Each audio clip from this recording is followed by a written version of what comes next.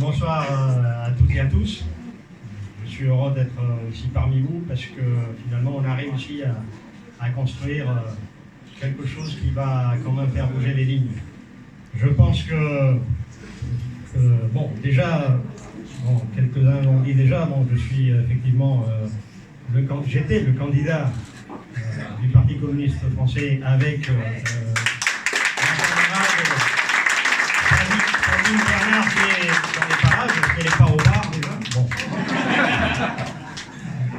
Et on a fait avec le parti, on a fait le choix effectivement de donner de la force à cette union, à cette nouvelle union populaire, écologique et sociale.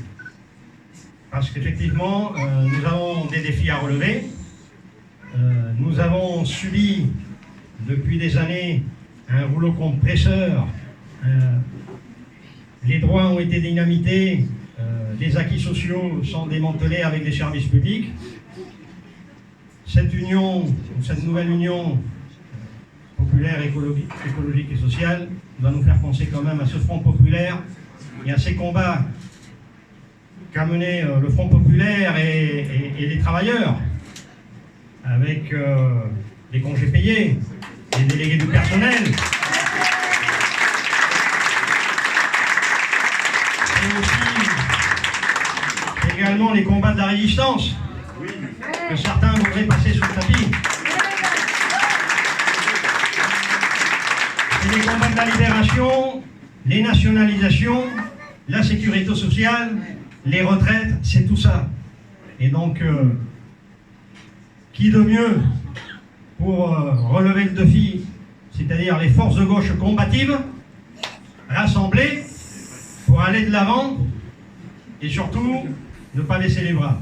Parce qu'on n'en veut pas un quinquennat de plus. Ni Macron, ni son gouvernement.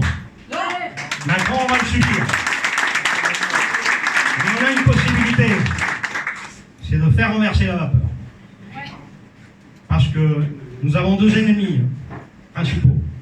C'est la finance, qui sauvegarde les intérêts et les privilèges des riches et des puissants, mais n'oublions pas non plus que nous avons aussi le fascisme. Et le fascisme, il va falloir le combattre. Parce qu'on voit en Europe comment il est en train de monter, non seulement en Espagne, en Ukraine ou ailleurs, mais en France, il a déjà pignon sur rue, et on l'a vu par le résultat aux dernières élections.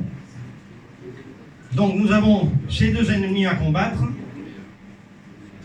C'est combattre également la casse des services publics, mais c'est aussi combattre toute une politique répressive que le mouvement social a subi, que ce soit les gilets jaunes, les syndicalistes, les écologistes, les simples citoyens qui à un moment donné ont osé hausser le ton. Ils ont pris les coups de matraque, ils ont pris les flashballs dans la gueule, et ça, on doit dire, ça suffit.